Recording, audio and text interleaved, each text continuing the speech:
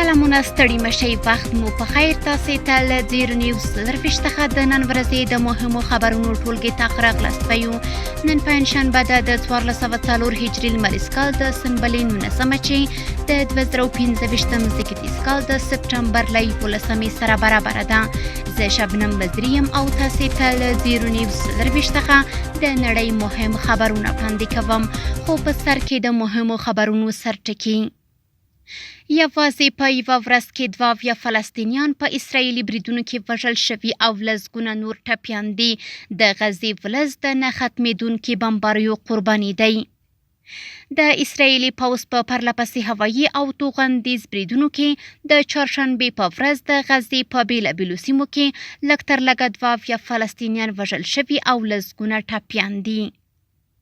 د اسرائیل د مالیې وزیر سموتریچ د نوې ډیلي د سفر پر مهال هند او اسرائیل د 2 اړخیزه پانګونې یو تړون لاسلیک کړ.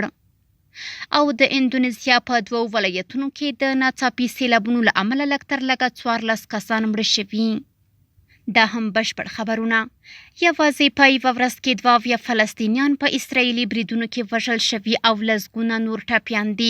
د غزې فلز د نه ختمېدونکو بمبارونو قرباني دی. د اسرائیلي پوځ په پرلهپسې هوایي او توغندیز بریدونو کې د چهارشنبې په ورځ د غزې په بېلابېلو سیمو کې لږ تر لږه 2 فلسطینیان وژل شوي او لسګونه ټپیان دي. د روغتیایي سرچینو د معلوماتو له مخې یوازې په غزې ښار کې چې د سیمې په شمال کې پروت دی لږ تر لږه 350 کسان وژل شوي. د وژل شویو ډیری کسان ښځې او ماشومان دي چې د خپلو کورونو د نړېدو لاندې بند پاتې شوي دي. د ځایي اوسیدونکو په وینا د ښار استوګنیزې سیمې د درنو بمونو هدف ګرځېدلي او ګڼ شمېر کورنۍ په یوه شپه کې له منځه تللي دي. د ژغورنې ډلې وایي لا هم لسګونه کسان د ودانیو لاندې بند پاتې دي او د ژغورنې عملیات د درنو بمبارونو له امله له سختو خنډونو سره مخ دي. نړیوالو د اسرائیلي نیواګرو پوځ دغه بریدونه د عامه وژنې دوام بللی او ټینګار کوي چې نړۍ د فلسطینیانو پر مظلومیت سترګې پټې کړې دي. د دوی په خبره د جګړې هره ورځ بېګناه ماشومان، ښځې او زاړه کسان د مرګ سیوري لاندې ژوند کوي. د فلسطین د خلکو د مظلومیت انځور هغه مهال لا روښانه کیږي چې د نړیوالو بنسټونو د خبرداري باوجود بریدونه ورځ تر بلې شدید کیږي او مدني تاسیسات، روغتونونه او ښوونځي هم له بریدونو خوندي نه دي پاتې. د اسرائیل د مالیې وزیر سموتریچ د نوې ډیلي د سفر پر مهال هند او اسرائیل د 2 اړخیزه پانګونې یو تړون لاسلیک کړ. دغه تړون د سوداګرۍ، مالي چارو، د مالي ټکنالوژۍ، سایبري خوندیتوب او په دفاعي ډګرونو کې د 2 هیوادونو د ګډ کار د پراخولو موخه لري. د هند د مالیې وزیر نرملا سیتارمن دغه تړون د 2 هیوادونو په اړیکو کې یو مهم ګام وباله، خو دا تړون په داسې مهال لاسلیک کیږي چې اسرائیل د غزې په تړانګه کې د خپلو کړنو له امله د نړیوالې قانوني څارنې تر سخت فشار لاندې دی. د راپورونو له مخې له 2023 د اکتوبر راوروسته تر اوسه له 480,000 زیات شاوخوا 485,500 فلسطینیان وژل شوي دي. اسرائیل لا هم د نړیوالې عدلي محکمې او د نړیوالې جنایي محکمې پر وړاندې له جدي تورونو سره مخامخ دی. هند او امریکا په دې وروستیو کې خوابدي شوي وو او ټرمپ ورباندې 50 سلنه تعرفه ایښې ده چې له کبله یې مودي چین او روسیې سره انځورونو کې ولیدل شو. له دې وروسته د امریکا د اړیکو ډلو د اسرائیل په ګډون د هند او امریکا ترمنځ منځګړیتوب وکړ او پرون د امریکا ولسمشر ټرمپ هند ښه شریک او مودي د مودو یار وباله. داسې ښکاري چې سیاست نه مخ لري او نه شا.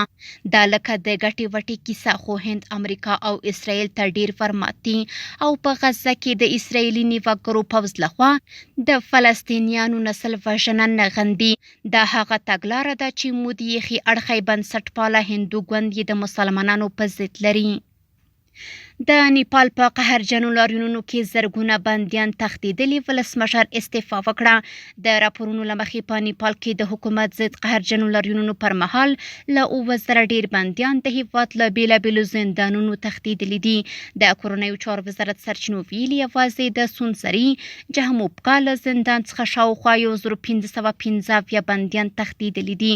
په ورته وخت کې په سندولي ولایت کې ټول 401 بندیان او په نووال پارس سویل لویدیځ کې له اور لګېدنې وروسته له 1500 ډېر بندیان په تېښته بریالي شوي دي. راپورونه زیاتوي چې د دې پیښو تر شا سخت لاریونونه د ولسمشر کیپي شرما اولي د استعفا لامل هم شو. د سختو ګډوډیو له کبله پوځ په ټول هېواد کې ګرځبندیز اعلان کړی دی. د نوابسته په سیمه کې بیا د ماشومانو د اصلاح په یوه مرکز کې د تاوتریخوالي پر مهال پولیسو ډزې کړي چې له امله یې 15 نابالغ بندیان وژل شوي او څو نور ټپیان شوي دي. چارواکي وایي د تښتېدلو بندیانو په منځ کې د درنو جرمونو تورن کسان هم شامل دي چې د خلکو ترمنځ یې ویره خپره کړې ده. سره له دې ځایي اوسیدونکو په ځینو سیمو کې له پوځ سره د تښتېدلو کسانو په نیولو کې مرسته کړې ده. د دوشنبې په ورځ د فساد ضد لاریونونه چې د ټولنیزو شبکو د محدودیتونو پر وړاندې هم راپورته شوي وو په خونړي تاوتریخوالي واوښتل. په دغو لاریونونو کې لږ تر لږه 19 کسان وژل شوي او د هېواد د پارلمان ودانۍ سوځول شوې ده. او وروستی خبر همدا چې د اندونیزیا په 2 ولایتونو کې د ناڅاپي سیلابونو له امله لږ تر لږه 14 کسان مړه شوي. د اندونیزیا د ناورینونو د مدیریت چارواکو ویلي چې د روانې اونۍ د سختو بارانونو او ناڅاپي سیلابونو له امله په دغه هېواد کې لږ تر لږه 14 کسانو خپل ژوند له لاسه ورکړی.